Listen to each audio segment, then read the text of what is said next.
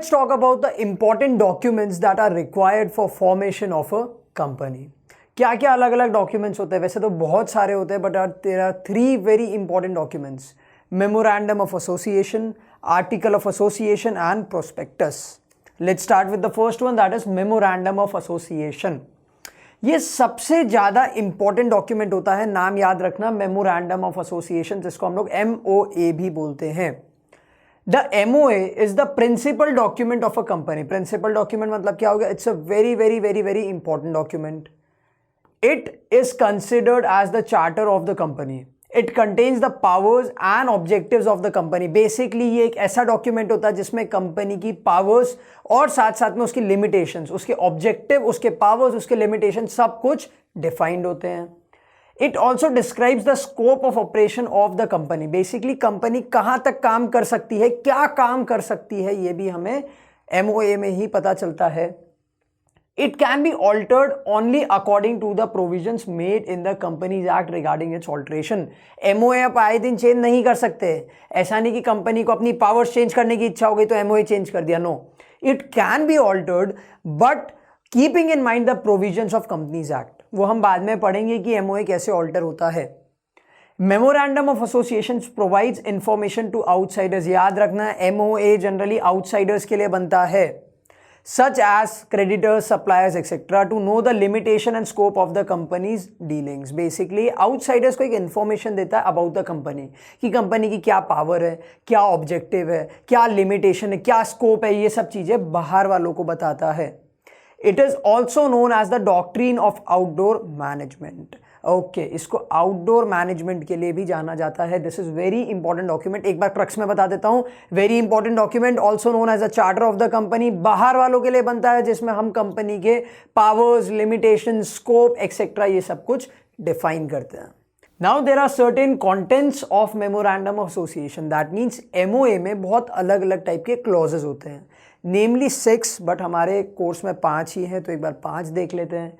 The name clause, registered office clause, object clause, liability clause and capital clause. सबसे पहले आते हैं the name clause. Name clause, this clause contains the name of the company, the complete name. Complete name मतलब क्या हो गया? जैसे virtually LLP, कोई भी कंपनी के पीछे प्राइवेट लिमिटेड या फिर public limited is the complete name of the company.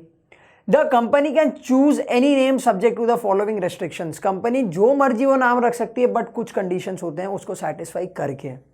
The name of the company must end with the word limited in case of public limited and with private limited in case of private limited companies. Basically अगर एक company public limited है तो उसके नाम के पीछे limited आना चाहिए, जैसे रिलायंस लिमिटेड. वहीं पे अगर एक प्राइवेट कंपनी होती तो रिलायंस के नाम के पीछे प्राइवेट लिमिटेड लगाना बहुत जरूरी होता, Reliance private limited. Okay. The name should not be similar और identical to the name of other company. Basically Coca Cola की जगह पे आपको टोका कोला नहीं करना है, पेप्सी की जगह डेप्सी नहीं करना है. Basically the name should not be similar, same नहीं होना चाहिए और आइडेंटिकल भी नहीं होना चाहिए. The name should not contain the word cooperative. क्यों? क्योंकि कंपनी है तो cooperative नाम हम कैसे लिख सकते हैं? Very obvious.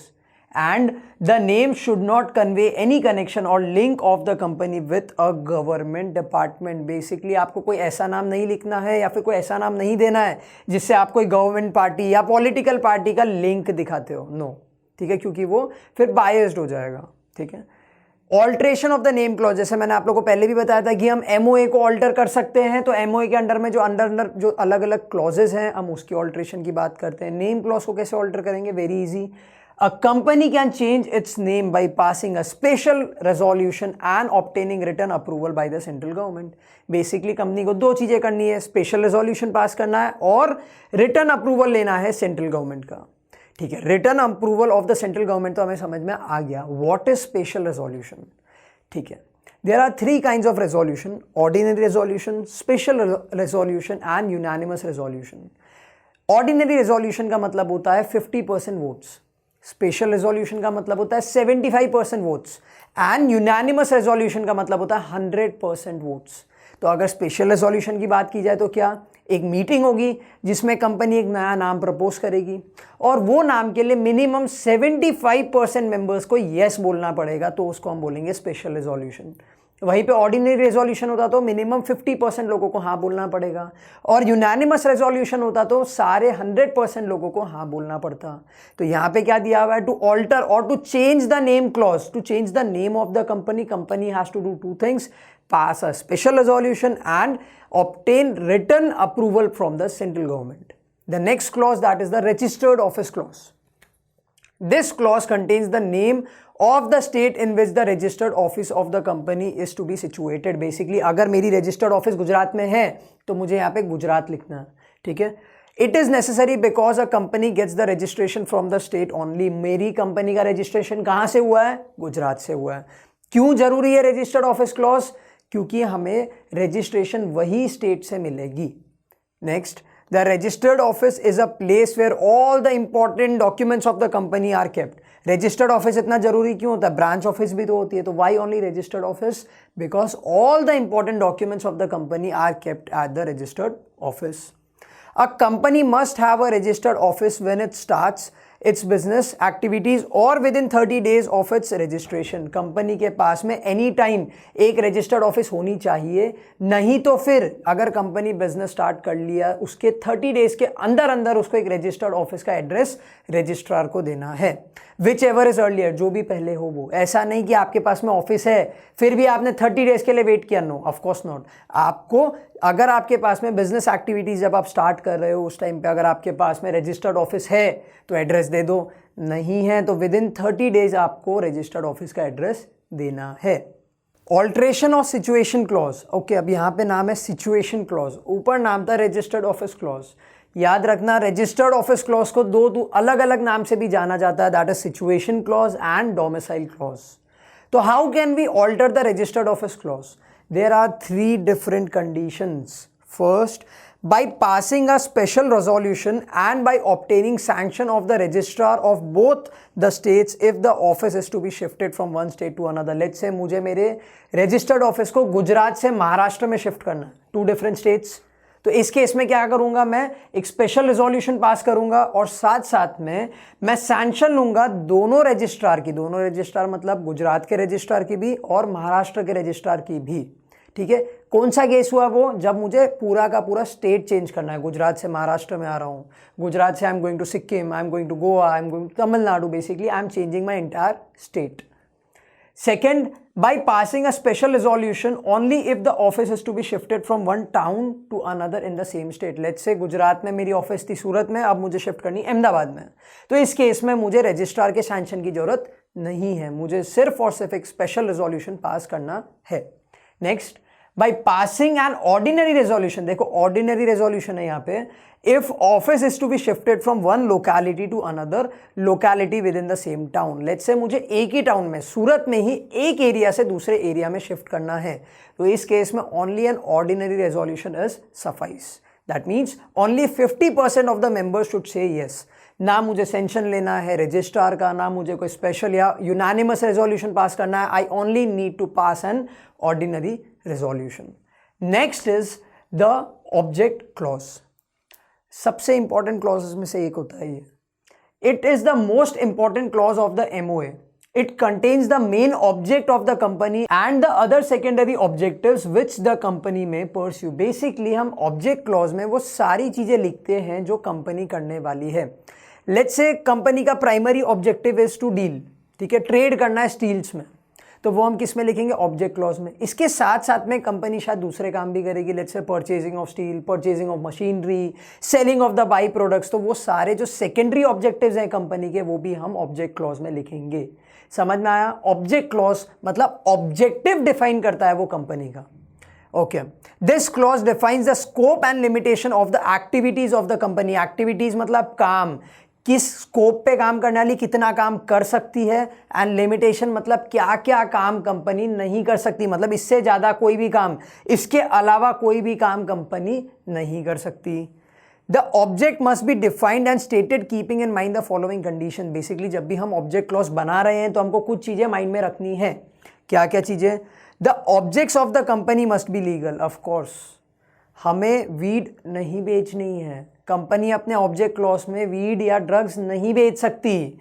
The objects should not be contrary to the provisions of any law, that means आपको कोई लॉ को भी वॉयलेट नहीं करना है, and the objects must not be immoral, basically unethical नहीं होना चाहिए, ठीक है। Alteration in the object clause, that means अगर मुझे ऑब्जेक्ट क्लॉज में कोई भी चीज़ें ऑल्टर करनी है तो मैं कैसे करूंगा।